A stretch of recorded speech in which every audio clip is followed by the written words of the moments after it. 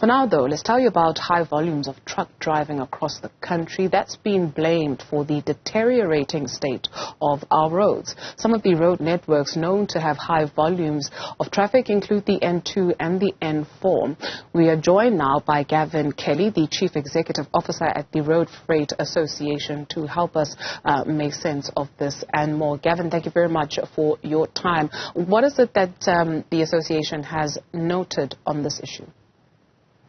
Well, I think the first thing that we've all noted is that our rail network is not playing the role it needs to be playing, and that's especially around bulk commodities like coal down through the Richards Bay port and exporting out to the world. So that's a very sad situation for us as a country.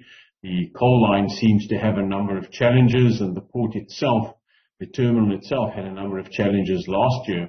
We've heard that those are being worked on and they're going to be rectified. But obviously the demand across the world has put huge strain onto our logistics networks, which now means that the trucks have to pick up the load. So we have a huge number of trucks moving on the roads through the Mpumalanga, northern KwaZulu-Natal areas down to the port of Richards Bay and even down to the port of Durban. A lot more vehicles on the road, roads not designed for those vehicles in terms of the masses or the weights of those vehicles, and we're not talking about overloading. We're just talking about the actual weights of those vehicles, the number of vehicles, and those roads becoming congested. We've seen signs of some of those roads actually falling apart because they're not designed for that. So that's a big concern for us as an association. And, of course, the situation on the N4 at the Lubombo border post is also said to be chaotic, with some 2,000 trucks being processed a day. We've seen some really troubling scenes of long queues on either side of that border post. Again, those border posts weren't designed to take that sort of pressure through them. When I say pressure, I mean the amount of clearing of those vehicles, the raw number of vehicles moving through there. And that's something we've worked hard with SARS Customs to try and alleviate. We've brought in various different ways of clearing, so you clear before you get to the border. But obviously, if you've only got a single lane going through at the choke point where the gates are and where no man's land is, and then you have parking areas where other types of freight need to get through, and passengers and light motor vehicles, it becomes difficult, and hopefully we can resolve that soon. You speak of no man's land. We understand that this poses a big threat to truck drivers, some of them falling victim to kidnappings, assault, and even sexual assault.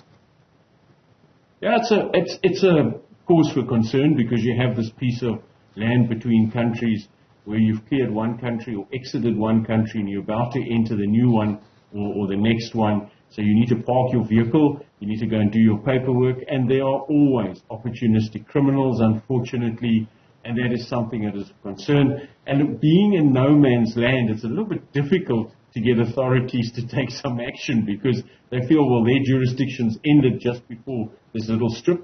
And it's not a huge strip of land. Some people think it's kilometers long. It's not. It might only be about 200 to 300 meters wide in some extents. So we've asked the authorities to take some action there. What of the N2 into Richards Bay? We understand that local authorities there at one stage were mulling the truck staging areas, which was said to be established in no time. What has since happened to that? Well, not all of those have got off the ground, unfortunately. There are a couple of plans for one or two staging areas near the outskirts of Richards Bay towards Mtunzini. There's the Impangeni. Those have not been resolved right now. We know there's discussions to use old staging areas or old truck areas that we used in the sugar plantation days. So it hasn't been finalized. But the idea is that we somehow need to regulate the flow of the trucks without trying to stop the logistics chain.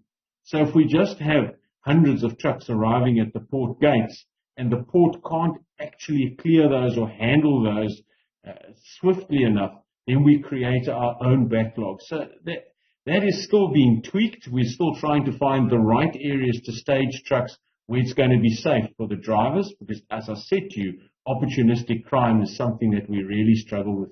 these days. You speak of the logistics chain. I do wonder if you'd be able to help us understand the business of the goods that are being moved out of the country. So we understand that extreme congestion on some of those ports is because of the coal that is being exported out of the country. And we understand that in 2020, a ton was at some $60 US dollars, and in 2022 you're seeing a ton fetching for some $400 US dollars. What do we need to understand about this business of moving away from coal, yet we are exporting that coal because of high demand? It's an interesting conundrum, isn't it? Because around the world, most of the power generation facilities are power stations, and they're based on coal. There are countries who over the years have closed down their power stations. So like in South Africa, your power stations have a lifetime, and as these lifetimes or life cycles came towards the end, those countries decided to put in other power streams. Nuclear was one of them. You have water, hydroelectric power, you have solar power, you have various natural gas. So the whole issue of gas from Russia into Europe is exactly that. They use gas in their power stations, they burn the gas. Now what's happened is with that restriction on gas from Russia, with various other pressures around nuclear power, there are lots of people who feel nuclear power is unsafe, and then there's the whole question of where do you put the nuclear waste, because that has a long lifetime in terms of decay, has huge environmental impact. They've gone back, in inverted commas, to coal, because there are some of those coal power stations that are still can operate. They've been taken out of the mothballs. Where does coal come from? Well, it comes from a number of countries around the world, and one of the largest suppliers is South Africa, and it's relatively cheap. Or it was for them a couple of years ago, as you said, at $60 a ton. Now sitting at $400, $460 a ton, depending on the grade of coal and how quickly you can get it to that market.